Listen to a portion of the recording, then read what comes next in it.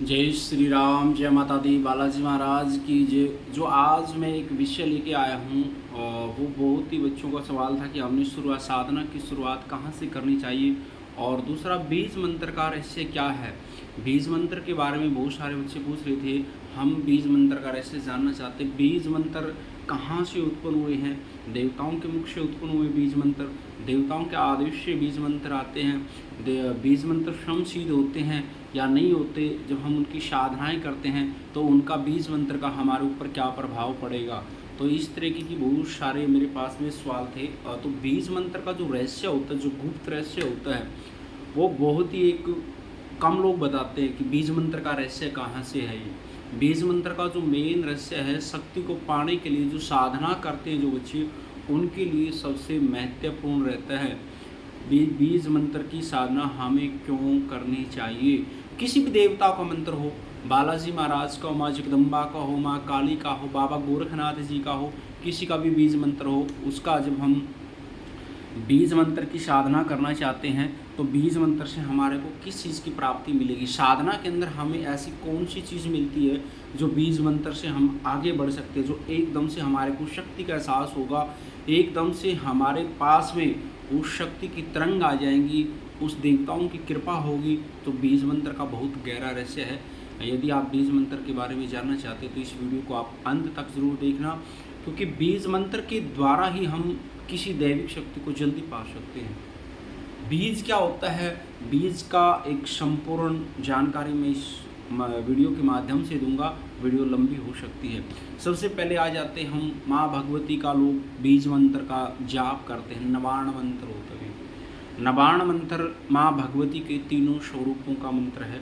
कई बार मेरे पास में बार बार सवाल आता है कि हमें बीज मंत्र है जो, उस मंत्र से किस देवी की साधना करनी चाहिए, क्या हम कुल देवी की साधना करने के लिए कौन से बीज मंत्रों का प्रयोग करना चाहिए।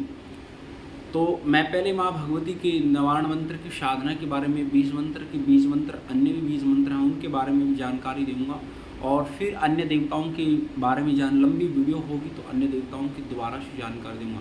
सबसे पहले आ जाते हैं हम नवाण मंत्र में।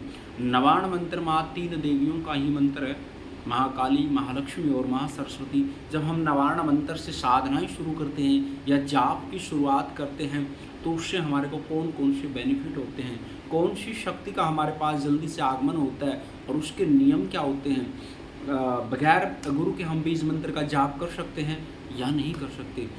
सबसे पहले हम नवाण मंत्र का जो जाप, कोई भी शक्ति का जाप करने के लिए सबसे पहले आपको जानकारी की आवश्यकता होती है। जानकारी क्या है? आपके पास गुरु का सानिध्य हो या फिर बिना गुरु के आपके पास गुरु नहीं है तो भी आप बीज मंत्र की साधना कर सकते हो। ऐसा कोई भी दोष नहीं लगेगा आपके ऊपर भी बीज मंत्र की साधना नहीं कर सकते। गुरु का सानिध्य हम इसलिए लेते हैं ताकि हमारे पास समय समय पर जानकारी मिलती रहे और हम आगे बढ़ते रहे, क्योंकि ज़्यादातर जो बच्चे बिना गुरु के सानिध्य के होते हैं तो वो बिना जानकारी के जाप करने की कोशिश करते हैं। तो शक्तियाँ किसी की भी नहीं होती है। जब तक हमारे को पूर्ण तरीके से जानकारी नहीं होगी तो शक्ति हमारे को रास्ता नहीं देती। हम उसी में भटकाव में रहते हैं, जाप करते रहते, बार बार जाप कर रहे हैं, लेकिन हमारे को शक्ति रास्ता नहीं दे रही। वो कार्य हो जाता है कि हमारे पास हम गाड़ी भी ले आए, चाबी भी है, पेट्रोल भी है, लेकिन रास्ते का ही नहीं पता जाएँ कहाँ।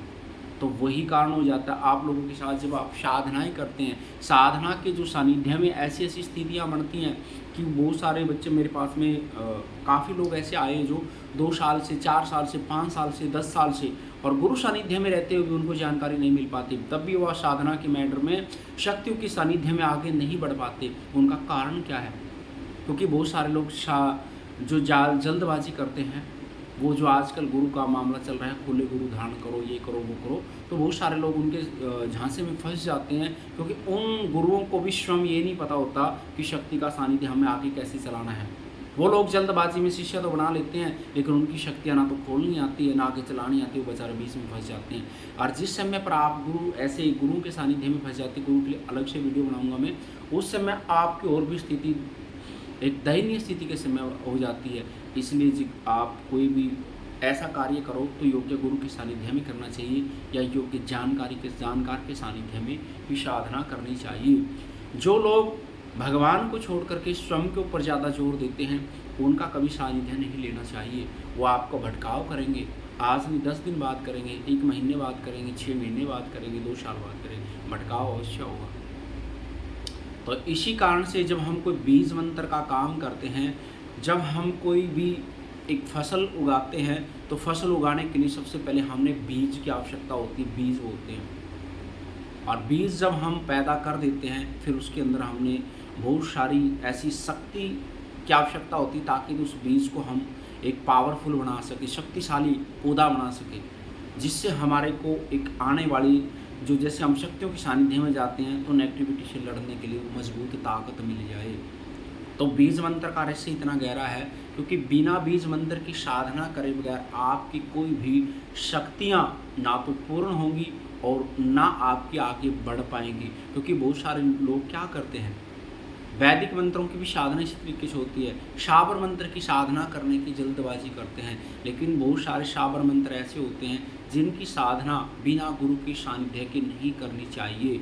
वो आपको फायदे के बजाय नुकसान करना शुरू कर देती है। और कुछ शाबर मंत्र ऐसे हैं जो लोगों ने तोड़ मरोड़ करके अपने बनाए हुए हैं, उनमें बहुत सारी समस्या आती है, उसमें भी आप बीच में फंस जाते हो। इसलिए प्रमाणित मंत्रों की साधना करनी चाहिए। सबसे पहले बीज मंत्र का जो रहस्य है ना, जिस तरीके से हम पौधे को उगाते हैं, छोटा बीज बोते हैं, फिर पौधा उग जाता है, फिर उसकी सेवा करते हैं, फिर हमारे को फल देता है, तो शक्ति का मामला भी इसी तरीके से होता है।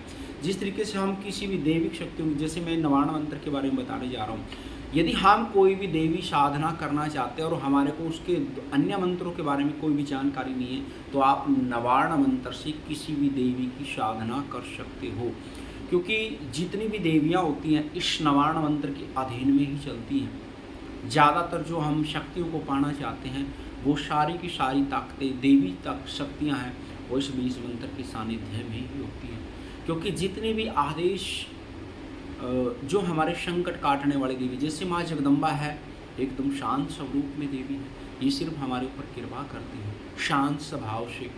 जो संकटों को काटने का कार्य होता है वो माँ काली के रूप में आता है। और जितनी भी अन्य आगे देवियाँ शक्तियाँ संकट काटने वाली हैं, उनके ऊपर सबसे पहले माँ काली का आदेश चलता है। 10 की 10 महाविद्या वो माँ काली के अधीन चलती हैं। अन्य माँ काल का है, अन्य मशानी शक्तियाँ हैं, वो फिर माँ काली के आगे फिर अन्य शक्तियों के आदेश लग जाते हैं, फिर उनके सानिध्य में चलती हैं। तो इसलिए हम जो भी किसी भी तरीके की जानकारी नहीं है तो आप नवाण मंत्र से जिस भी शक्ति को ध्याना चाहते हो, आप माँ चामुंडा है, चंडी है, ज्वाला है, जो भी आप शक्ति जिसको भी आप संकट काटने के लिए ध्याना चाहते हो या शक्ति पाने के लिए जाना चाहते हो, तो उसमें नवाण मंत्र से आप उस शक्ति का सानिध्य लेकर के आगे बढ़ सकते हो। इतनी पावरफुल बीज मंत्र की शक्ति है क्योंकि ये देवी के मुख से स्वयं निकले हुए बीज मंत्र होते हैं। महाशक्तियों से आदि शक्ति के बीज मंत्र होते हैं, स्वयं सिद्ध होते हैं। और इनको सिद्धि करने के लिए, स्वयं के ऊपर सिद्ध साधना करने के लिए हमने सबसे पहले हमारे पवित्र शरीर की आवश्यकता होती है। जब तक हमारा शरीर पवित्र नहीं होगी, जब तक हमारी आत्मा पवित्र नहीं होगी, तब तक हमारे को किसी भी दैविक शक्ति की साधना में सफलता नहीं मिल पाएगी। कायिक, वाचिक और मानसिक, सबसे पहले हमारे शरीर से, मन के अंदर से और वाणी से, इन चीज़ों की सबसे ज़्यादा हमें शुद्ध करने की आवश्यकता है। उसके बाद हम बीज मंत्र की साधना करते हैं तो हमारा सानिध्य शक्तियों के सानिध्य में जल्दी से आगे बढ़ना शुरू हो जाता है। संकल्प करके ही आपने बीज मंत्रों का जाप करना चाहिए।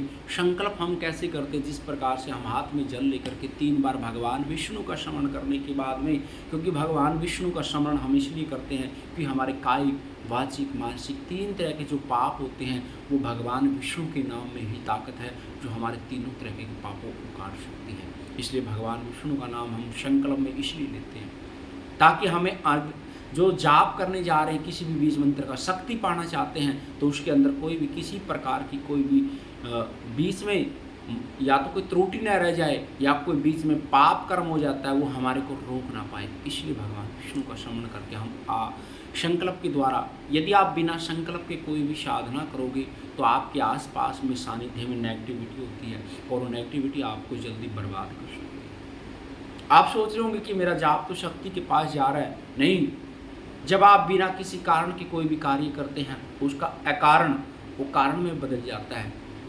वो कारण में बदलेगा, वो नेगेटिविटी उसके सानिध्य लेकर के, आपकी सानिध्य लेकर के मजबूत हो जाती है। फिर उस शक्तियों की तरह अनुभव करवाना शुरू कर देती है, फिर वो बर्बाद करती है आप लोगों को। ऐसे ऐसे अनुभव करवाएगी, भूतकाल, वर्तमान काल, लेकिन बाप का भविष्य नहीं बता पाएगी नेगेटिविटी। इसलिए जब से सबसे पहले हमने जो शक्तियों का सानिध्य लेना है, बीज मंत्र के इतना गहरा रहस्य है। जब हम बीज बो देंगे, शक्ति अपना आप हमारे शरीर में उत्पन्न होने की कोशिश करेगी, कृपा करेगी।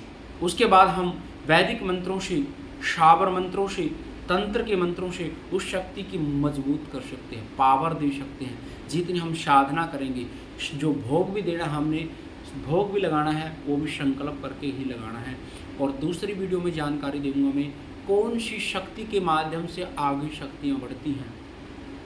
आगे शक्तियाँ हम बढ़ाना चाहते हैं तो किस शक्तियों का सानिध्य लेना चाहिए। बहुत सारी ऐसी शक्ति जिनको हम भोग नहीं देते, उनके बगैर आगे शक्तियाँ नहीं बढ़ जाती। तो इसलिए बीज मंत्र का जो रहस्य है, वो सबसे महत्वपूर्ण, सबसे शक्तिशाली साधना के सानिध्य में रहता है। देवताओं की जल्दी कृपा पाने के लिए बीज मंत्र से शुरुआत करनी चाहिए। हमारे पास गुरु का सानिध्य हो या ना हो, तब भी हमें बीज मंत्र से शुरुआत करनी चाहिए। लेकिन इसकी पूर्ण जानकारी लेकर के जाप कैसे करना है। बहुत सारे ऐसे मंत्र होते हैं जिसमें विनियोग आते हैं, देवताओं के द्वारा श्रापित होते हैं, तो उनकी जानकारी हमें अवश्य चाहिए, नहीं तो शक्ति हमारे को रास्ता नहीं देगी। इसलिए जो बीज मंत्र का रहस्य है, ये है कि हमें शुरुआत हमेशा बीज से ही करनी चाहिए और उसमें हम आगे बढ़ेंगे। फिर हमारे पास शक्ति के रुकने के लिए कोई भी सानिध्य नहीं बच पाएगा, जो हम इसकी जानकारी लेकर के करते हैं। इसलिए हम गुरु का सानिध्य लेते हैं, अच्छे गुरु का सानिध्य लेते हैं, जो गुरु हमारे को रास्ते खोल सके, शक्तियों के माध्यम में रास्ते खोल सके। इसलिए बहुत सारे बच्चे जो शुरुआत करते, शाबर मंत्र से करते, वैदिक मंत्र से करते, तंत्र के मंत्र से करते हैं, वो बीच में फंस जाते, शक्ति उनको रास्ता नहीं देती। जो भी शुरुआत करनी आप बीज मंत्र से करें। बीज मंत्र का बहुत ही गहरा रहस्य है, समझाने लगूंगा तो बहुत लंबी वीडियो हो जाएगी। इसलिए आप इतनी सी बात से समझ जाओ, जो हमें कभी भी शुरुआत करनी है तो बीज मंत्र, अब माँ भगवती के बीज मंत्र का रहस्य मैंने बताया है।